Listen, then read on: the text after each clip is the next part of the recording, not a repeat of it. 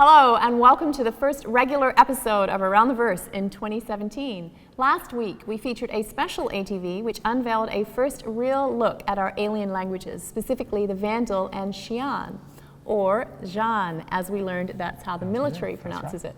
Definitely worth checking out if you haven't already seen it. And I'm Sandy Gardner, and with me is Star Citizen's game director, Chris Roberts. Thanks, Sandy. And Happy New Year, everyone. Hope you've all been having as much fun with Alpha 2.6 and Star Marine as we have. Especially the new players who may have gotten Star Citizen as a special holiday gift. Welcome.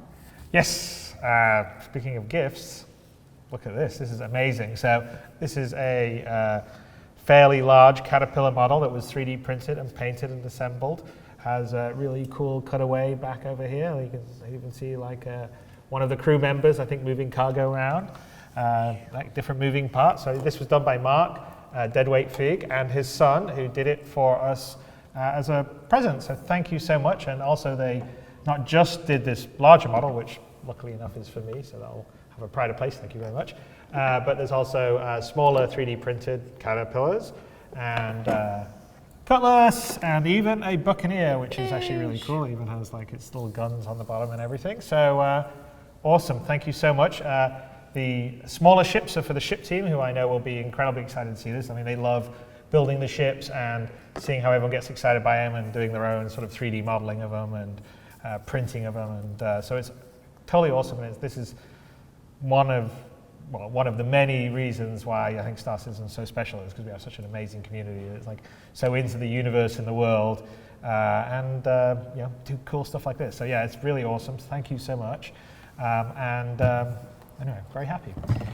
So anyway, back to business, as it were.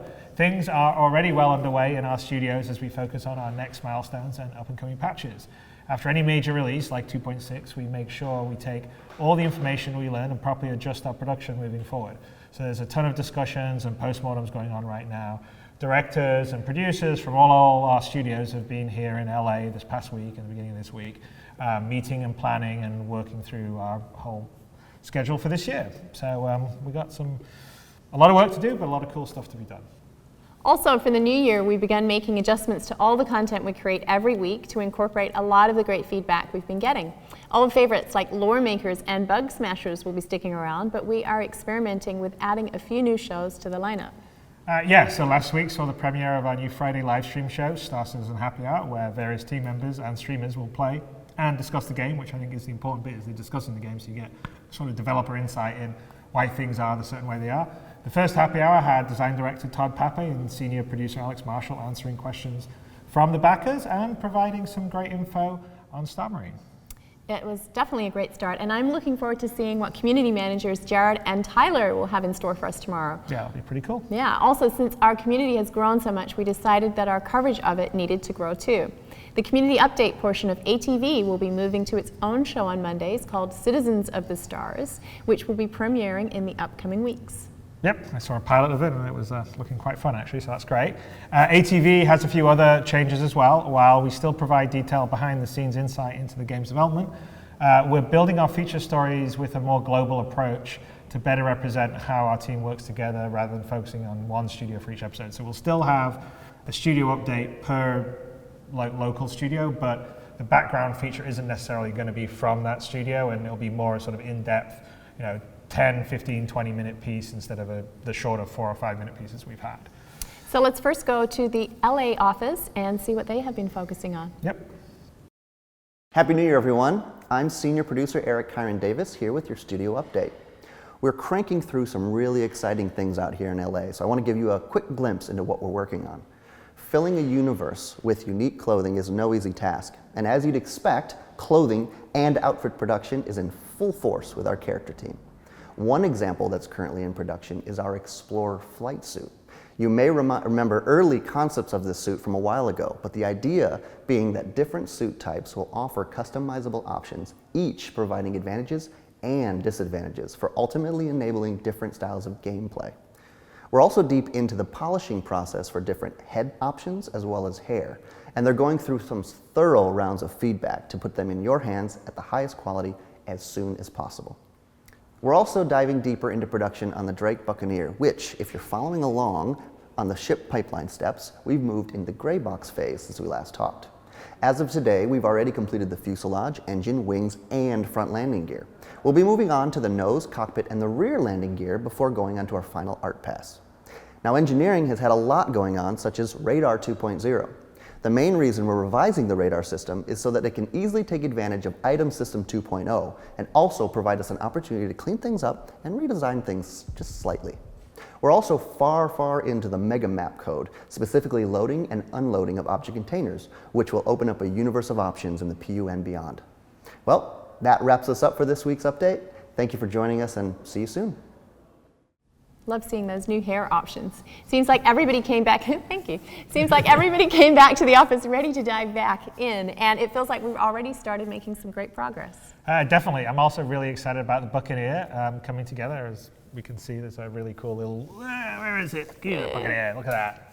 A 3D printed one, and we're building it, and it's looking really good. So Jin and I think Daniel are both working on it and making it going to be awesome. So you guys will like it, using a lot of the stuff that we've developed in terms of materials and feel and look that we've done for both Herald and the Caterpillar. So that should be very cool. Should be very cool. And the mega map code, that's going to make a noticeable difference when it comes online, right? Yes, so definitely the mega map is basically us retrofitting all the Arena Commander and Star Marine content to take full advantage of our new object container streaming system. So once in, it will significantly reduce the loading times for players getting into the game, and that's a big key for us because we sort of want to let you sort of play a match with Arena Commander or jump to a match with Star Marine with the minimum amount of loading. We did do a lot of optimization for 2.6, so getting into a game is much quicker in 2.6 than it was in 2.5, but we're still working on and making that better. Yes, for those of us that don't have patience like me, that is a great thing. Yeah. Speaking of Arena Commander, our special feature this week takes a closer look at Pirate Swarm and the design and tech it took to bring this game within a game to life. Hey everybody, my name is Ben Lesnick. I'm Director of Community Engagement here at Cloud Imperium Games. With Star Citizen Alpha 2.6, we introduced a pretty exciting new game mode called Pirate Swarm. Pirate Swarm is essentially a gauntlet mode that throws you against wave after wave of enemy planes. Unlike our previous gauntlet mode, Vanduul Swarm, Pirate Swarm has a whole variety of different ships, ranging from the M50 Interceptor to the Constellation multi-crew ship. Now, Pirate Swarm is not just a great new challenge for the community to take on, it's also an essential test bed for the future of Star Citizen and Squadron 42. What Pirate Swarm has let us do is create new AI behaviors for the different types of specific ships. It's let us introduce new technology for our artists that allow them to update ship art rapidly, skin interiors, all sorts of exciting things that we've been working towards. So a lot of what you see in Pirate Swarm today is what you'll see powering Star Citizen in the future. Now, to make Pirate Swarm possible, it took the efforts of developers from all 4 of our studios around the world. Let's check in with them now to see how they made it happen. Pirate Swarm has been like, an evolution of Vanduul Swarm as well. So we wanted to give kind of a bit more unique kind of feeling for the player. So they would still play against a swarm of enemies, but not feeling the same as with a Vanduul faction. What differentiates Pirate Swarm from Vanduul Swarm is not just the enemy and the ship types. We focus very much on the archetypes. And what I mean by that is we don't just look at a ship, we look at the whole package, the ship, its weapon loadout, and its combat personality. This is also a consequence of the fact that for Pirate Swarm we try to close up a bit the combat environment. So instead of being really far apart, the spaceship, and try to always have this optimal combat fight approach, we try to have a bit of tailing. So the player has a bit more kind of story, chasing one of the spaceship and being able to see a bit closer the enemy and shooting from a closer perspective. So of course the eye has to be able to escape from you in that environment. So if we look at what archetypes are present at Pirate Swarm, you'll find the backbone is made of Gladius, Saber, and Vanguard. These are our vanilla kind of light medium, and heavy fighters, and they mark your progression through the waves. When we came up with the more unique archetypes, we started with the Aurora LN. We wanted this to be our brawler, something able to get up in the face of players and worry them if they were inexperienced, but something that was such a poor shot that it was just fodder in the starting waves. Next, we wanted to make a sniper-style ship, so we chose the 350R. This is because, whilst being fragile, it's also extremely quick. So that meant that it could keep a distance from the player and be a struggle to hit if you did manage to get close. One archetype I was extremely keen to get into the game was the kind of nuisance ship. The natural choice for that is the M50 because it's so small and so maneuverable that it's by far our most frustrating ship to fight anyway. On top of that, we added sucker punchers, which are our distortion weapon that completely take out the shields, which means on its own, it's completely harmless. But you add in some fighters with it, and suddenly it's an extremely worrying little ship to have around. And on top of that, just to give it a sting in the tail, we added a couple of marksman missiles. So, you know, once you've killed all those fighters around you, it's still, you know, there's a little danger there. Obviously, we couldn't make a pirate-themed game mode without including the Cutlass. This is our gunship. It is armed to the teeth. It's got pyro burst shotguns, tarantulas, and long swords. You don't want to get in front of this thing. Now that we had our close-up monster, we needed our long-range Punisher. For this, the natural choice was the Gladiator, with its huge array of missiles and torpedoes. Finally, we wanted to give those players the opportunity to fight against a fully manned constellation. For us, the intention was this would be our battleship, something that would hang on the edge of the battlefield and pound the player with its cannon. And if the player did manage to get close enough, it would open fire with its turrets. There were mostly, let's say, two parts we have been worked on. One was making sure that the flying ships would use some of the functionality that was already available for the player. One we can discuss about is, for example, the afterburner. So the afterburner for the player has passed through several iterations, and also the AI has used it in a different way. So it was trying to use it, to accelerate over specific spline or specific areas of the environment. Now we changed to be a bit more conscious decision of the behaviors itself.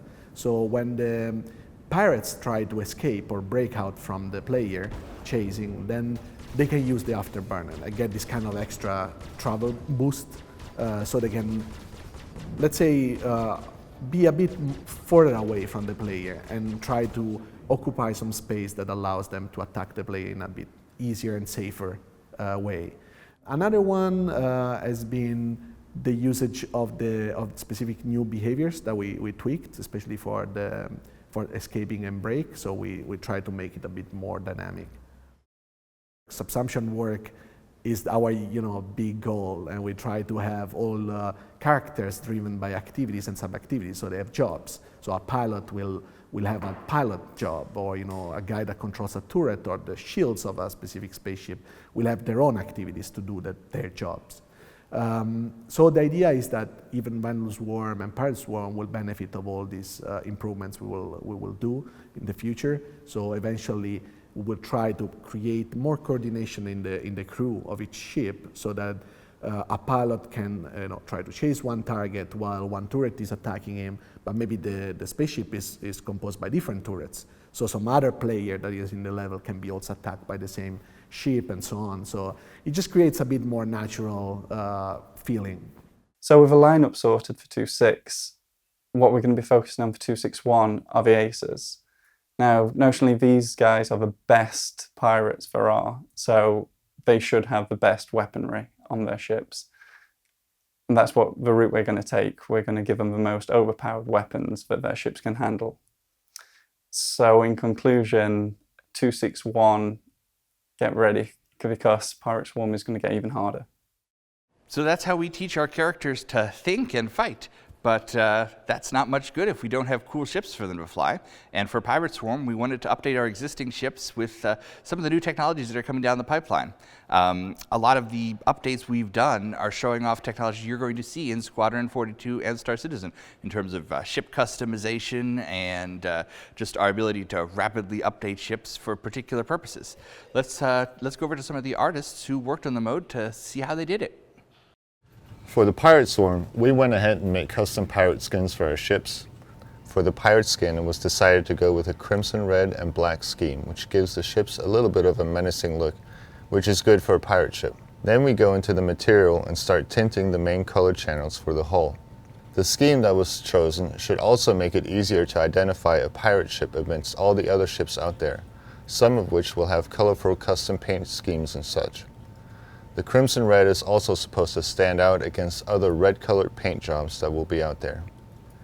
When we create the materials for the ships during the build process, we go ahead and carefully plan out the main 3 to 4 sub-materials that will be applied to the main hull of the ship, giving us the ability to later on change or tint the color for various custom paint schemes. So what's cool about this skin is that it changes the colors a bit, and it comes with a nice pirate emblem on the wing and a couple of tick marks on the side of the ship. My favorite part about the change is actually that all the raw metal parts on the ship, which are very reflective and easy to see in space, have been painted over with black. So you've got a little bit of a stealth element going on now with the pirate skin. And that's how you form a swarm. We are really excited about the fact that Pirate Swarm is now in our backers' hands, and we are very eager to have your feedback. What do you like? What do you not like? How is the new flight model treating you? Let us know on the forums, and we are eager to get your feedback. Be sure to tune in tomorrow when Jared and Tyler will be taking on the swarm themselves live on the Star Citizen Happy Hour. Until then, back to you guys. Thanks, Ben, and thanks to everyone for shedding a bit of insight into the process that went into making Pirate Swarm. The archetypes and the AI behaviors have added a lot, and I know the team is eager to keep expanding and growing Arena Commander with new modes, ships, and levels in future patches, so we're going to be doing some fun stuff coming down the road.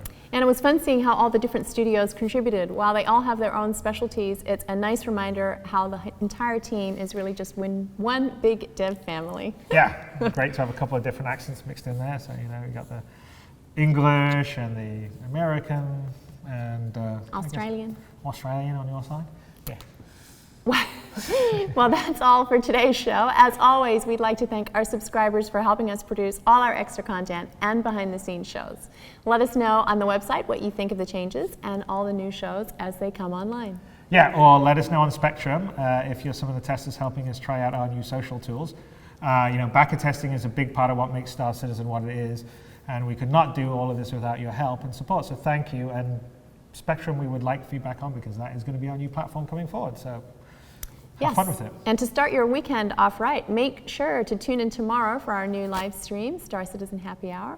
Also, Squadron 42 hoodies and Drake Dragonfly posters will return to the store tomorrow on sale, so don't miss out your chance to grab one. Yep, it's just in time for the cold weather.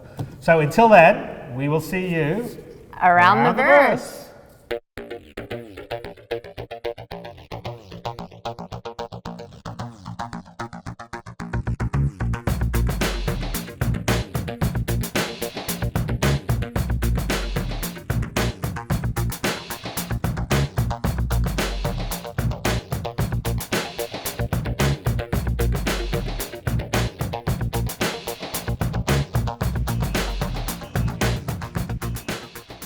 Thank you for watching. So if you want to keep up with the latest and greatest in Star Citizen and Squadron 42's development, please follow us on our social media channels.